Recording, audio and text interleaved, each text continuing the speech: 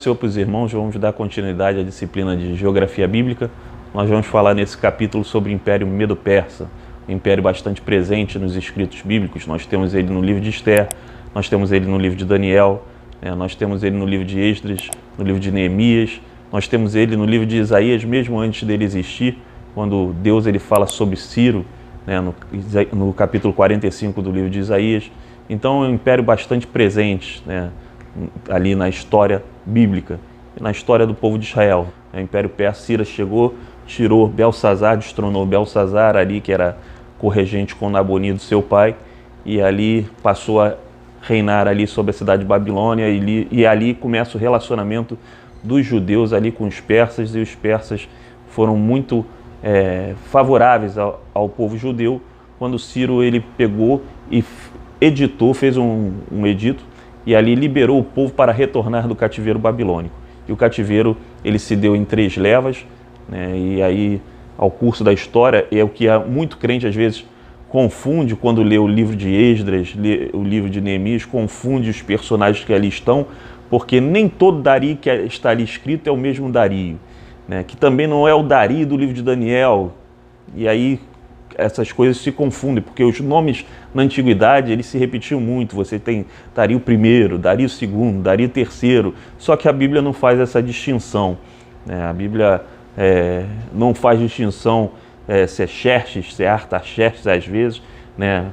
Você tem ali Artaxerxes I, II, III, IV na história. E qual é o Artaxerxes do livro de Neemias? E Xerxes, quando ele está na Bíblia? E aí você vê um tal de Assuero que não é mencionado, esse nome não é mencionado na história, mas na verdade nós vamos ver que esse Assuero é o Xerxes da história, e nós vamos ver essas coisas se relacionando e vendo mais ou menos em que época ocorreram ali os relatos bíblicos do livro de Esdras, do livro de Neemias e até do livro de Daniel, e aí se situar para ver que um Dario não é o mesmo que o outro, e para que não haja confusão. Geralmente se faz confusão quando vê essas coisas. Então, falando sobre o Império Medo-Persa, ele é um império que exerceu muitas influências positivas na vida dos judeus no século VI, do século VI ao IV a.C., como podemos observar a partir da leitura principalmente dos livros de Esther, Esdras e Neemias.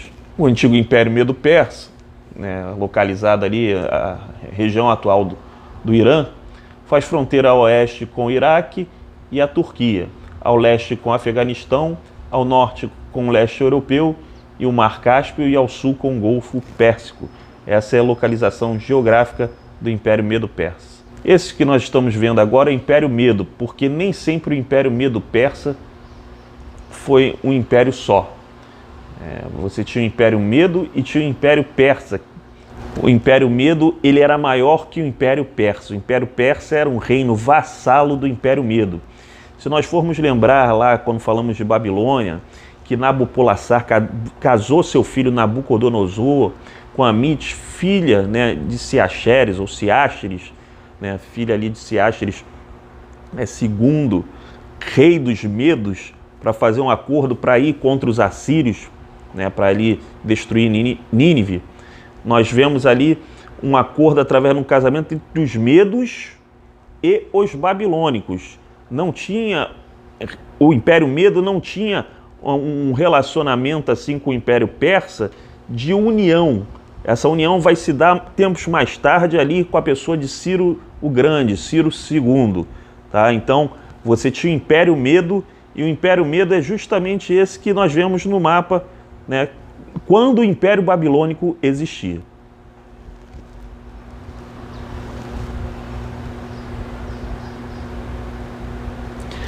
O Império Medo ele surgiu na pessoa de Dégioces, que reinou ali de 709 a 656 a.C. Ele se tornou rei dos Medos mediante a escolha dos Medos. 6 tribos Medos acabaram como se aclamando ele como um rei. Ele fez umas exigências para que ali ele fosse o rei dos Medos. Ele exigiu que se construísse um palácio para ele, para que ele reinasse e protegesse ali aquelas 6 tribos que teriam se unido, e estabelecido ele como rei. E ele estabeleceu a capital dos Medos ali em Ecbátana, e ali permaneceu até 656 reinando, quando seu filho Fraortes passou a reinar de 657 a 635 a.C. E aí fala que Fraortes, né, foi pai de Ciaxeres II, e aí há uma confusão na história. A história secular, quando caminha para a antiguidade, ela tem problemas de registro de fontes. Você não tem fontes arqueológicas de determinado personagem, às vezes você tem história e não tem a fonte arqueológica, tem algum registro, né? Então não se sabe muito sobre Ciaxeres I, mas algumas histórias falam que Fraortes era pai de Ciaxeres II, eliminando esse Ciaxeres I da história, tá? Então nós temos essa situação. Mas o Fraortes reinou de 657 a 635, né, considerando a existência aí de Ciaxeres I. Ele teria sido pai de Ciaxeres I, que reinou de 635 a 625 a.C. E aí vem o Ciaxeres II, 625 a 585 ele reinou. Esse Ciaxeres II é que era o sogro de Nabucodonosor II, Nabucodonosor ali, rei da Babilônia, dos caldeus. E esse Ciaxeres II, ele teve um filho chamado Astíages, que reinou de 585 a 549 a.C., tá? Aí nós temos mais outras datas conforme outras pessoas estabeleceram, tipo o próprio Jerônimo, que escreveu a Vulgata Latina. Dégioces, ele reinou de 709 a 656, conforme a cronologia anterior. Fraortes também é a mesma. Logo depois viria Ciaxares, né, reinando ali de 630 a 598, segundo Jerônimo. E o Astíages de 585 a 549. Né? Aí nós temos um anacronismo aí, os relatos da antiguidade, eles não se cruzam. Com relação a Astíages, é bom a gente destacar um ponto, porque Astíages teria sido o avô de Ciro o Grande, do Ciro II. O que aconteceu? A filha de Astíages teria casado com Cambises I, que era um rei persa vassalo, um reino menor, um rei persa.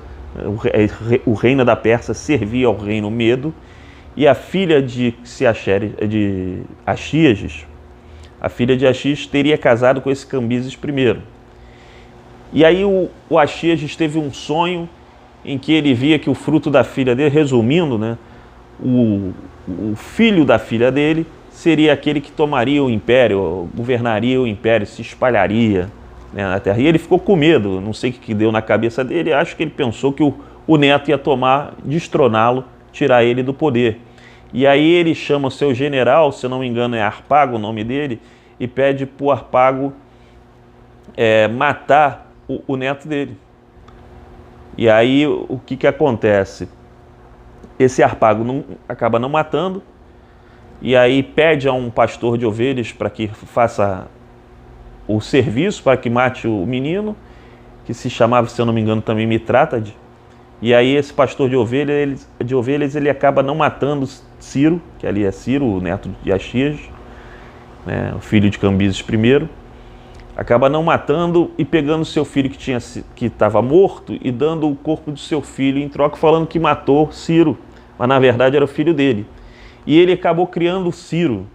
E Mitrátate criou Ciro ali na própria corte real, porque era alguém junto ali ao general Harpago.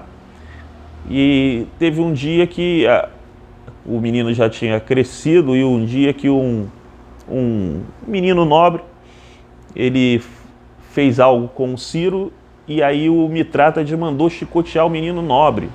E aí ele levantou uma suspeita, como um menino nobre vai ser chicoteado por ofender ou afligir alguém que não era nobre, mas ninguém sabia que ele era o Ciro.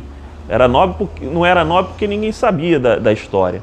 E aí o rei chamou, o Astíages chamou e perguntou ali para o Mitrátate por que ele tinha mandado açoitar o menino da nobreza por causa do menino plebeu. E aí o Mitrátate contou toda a verdade. O Astíages, ele, com requinte de crueldade, ele chama Harpago, que foi o general que ele mandou matar e não matou, pediu para o Mitrátate matar Ciro, e serve uma refeição ao Harpago, e ali ele come a refeição toda, um pedaço de carne, e ali depois vem os membros do filho do Harpago. Na verdade, o Harpago tinha comido o próprio filho. Foi a vingança do Astiages pelo Harpago não cumprir com as ordens dele. Mas, por fim, o Ciro Grande, Ciro II, ele destronou realmente o avô, e ali ele estabeleceu o Império Medo-Persa, porque ele era filho, de uma rainha da Média, ali do Império Medo, neto de Astiages, e era filho de Cambises, que era persa. Ali se deu início ao que se chama de Império Aquimênida. Nós vamos ver o porquê do Aquimênida nessa situação daqui a mais um pouco. E aí Ciro ele governa, e no governo dele ele libera o povo de Israel para retornar do cativeiro que vivia na Babilônia. Nós vemos isto no capítulo 1 do livro de Esdras. Então ali uma ordem de Ciro para que o povo retornasse às terras ali dos judeus, ali a Jerusalém. Bom, o Império Persa, ele teria vindo de Aquimenes. Aquimenes teria sido pai de Teíspes. Na verdade, se entende que Aquimenes é um personagem mitológico, tá? Não se tem registro, os historiadores eles não aceitam a existência desse personagem, senão como um mito. Ele teria sido pai de Teíspes.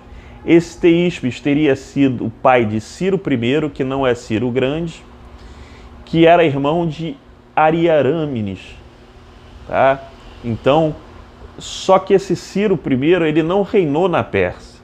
Quem reinou foi Ariarâmenes, tá? O Ciro I, ele reinou num reino vassalo, ele reinou na Pérsia num reino vassalo, dentro de um reino menor, que era Ansã, que foi a capital original do Elam, e ele foi pai do Cambises I e avô de Ciro II, ou seja, ele era avô por parte de pai do Ciro II. O Astiages era avô por parte de mãe.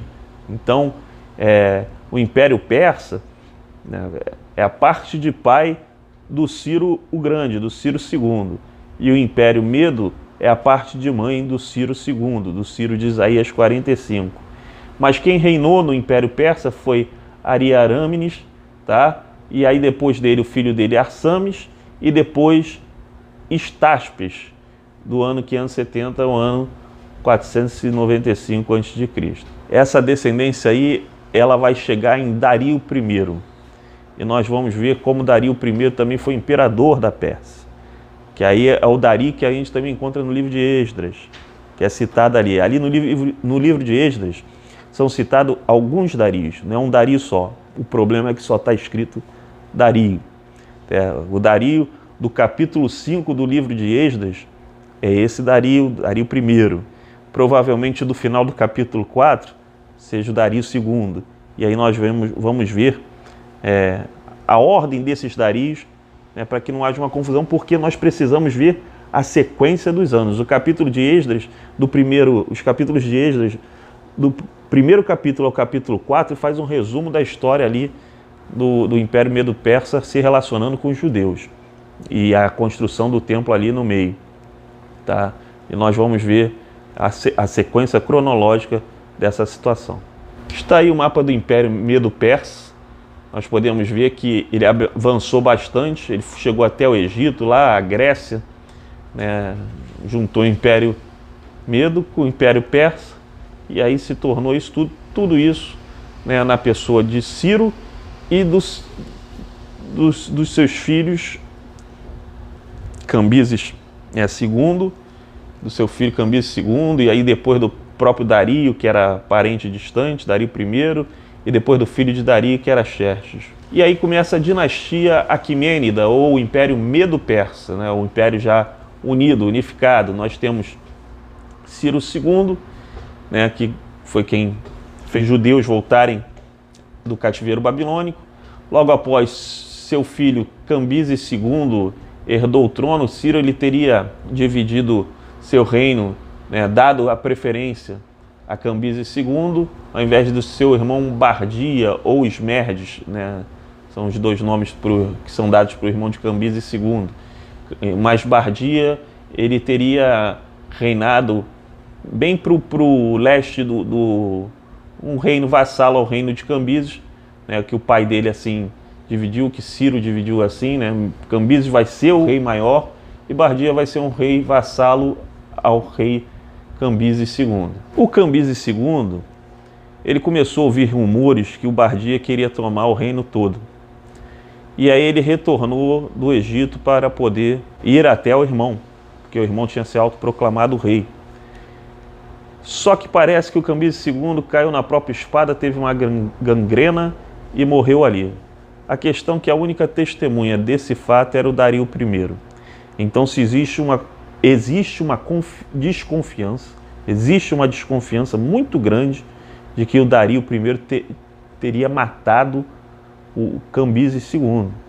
Porque o Dario I, de certa forma, era parente. Se ele matasse todos os herdeiros ali, ele poderia herdar, porque era primo distante dos Medos, da parte dos Medos. Então ele era da parte dos persas. Então você vê que Dario I ele pode ter armado ali, matado o Cambises II e falou que foi um acidente. E partiu para Bactria, se eu não me engano é Bactria, que era essa região onde o Bardia reinava, para poder ir lá até o Bardia, afirmando que não era o Bardia que governava, mas era um mago que se fazia passar pelo Bardia, porque o Bardia já estava morto e foi morto pelo mago. Olha a confusão. Aí falou que não era ele. Como é que não era? As pessoas ali sabiam quem era o Bardia. Como é que as pessoas não viram a diferença se o Bardia morreu e o mago entrou no lugar do Bardia? Aí o Dario ele vem com a história de que foi o povo estava enfeitiçado e não conseguia ver que era um mago que estava se fazendo passar pelo Bardia, que já estava morto. E ali ele foi e tirou o suposto mago, matou o Bardia, o suposto falso Bardia, o irmão de Cambises II, e aí ele tomou o reino e virou o imperador medo-persa Dario I ou Dario o Grande também. E aí, se isso é verdade ou não, sei que é uma história mal contada, mas é a história que se tem, é que ele teria ido lá e falado: isso é um mago, na verdade não é o Bardia, é um impostor, ele lançou feitiçaria para que as pessoas acreditassem que ele fosse o Bardia, para que se aparentasse com o Bardia. Essa foi a história que o Dario contou, e aí ele se fez prevalecer como novo imperador do Império Medo-Persa através dessa história. E aí está a linhagem do Império Medo-Persa. Nós temos Ciro II, Cambises II e o Bardia. O Dario I teve toda essa confusão. Depois vem o Xerxes, que é o nosso Assuero do livro de Esther. Tá? Depois de Xerxes vem Artaxerxes I. Depois de Artaxerxes I vem Dario II, que pode ser o Dario do final do capítulo 4 do livro de Esdras. Depois vem Artaxerxes II. Depois do Xerxes e do Artaxerxes, as coisas vão entrando em declínio. O império vai se enfraquecendo, né, porque os reis ele não tinham muito objetivo de se fazer prevalecer nos reinos conquistados. E queriam viver da luxúria ali, que possuíam a luxúria que estava ao alcance de suas mãos, imediata ali, os restos que estavam distantes acabou largando na mão dos sátrapas, né, daqueles pequenos governantes. O reino era dividido em satrapias, né, uma espécie de província, e os governadores das províncias é que começaram a ter um poder muito concentrado em suas mãos, porque os reis eles não estavam muito interessados em se fazer prevalecer nos locais distantes do reino. E ali viviam uma vida local ali de luxúria, né, de muita regalia, muita ostentação, mas aí o reino foi enfraquecendo. O Império Medo-Persa, ele acaba se enfraquecendo. E aí, em Dario III, que governou de 336 a 330, nós vemos surgir a pessoa de Alexandre o Grande, né, que foi quem derrotou Dario III. Como observação aí tem a questão do retorno do cativeiro babilônico, para que os irmãos possam se situar, né, conforme as datas.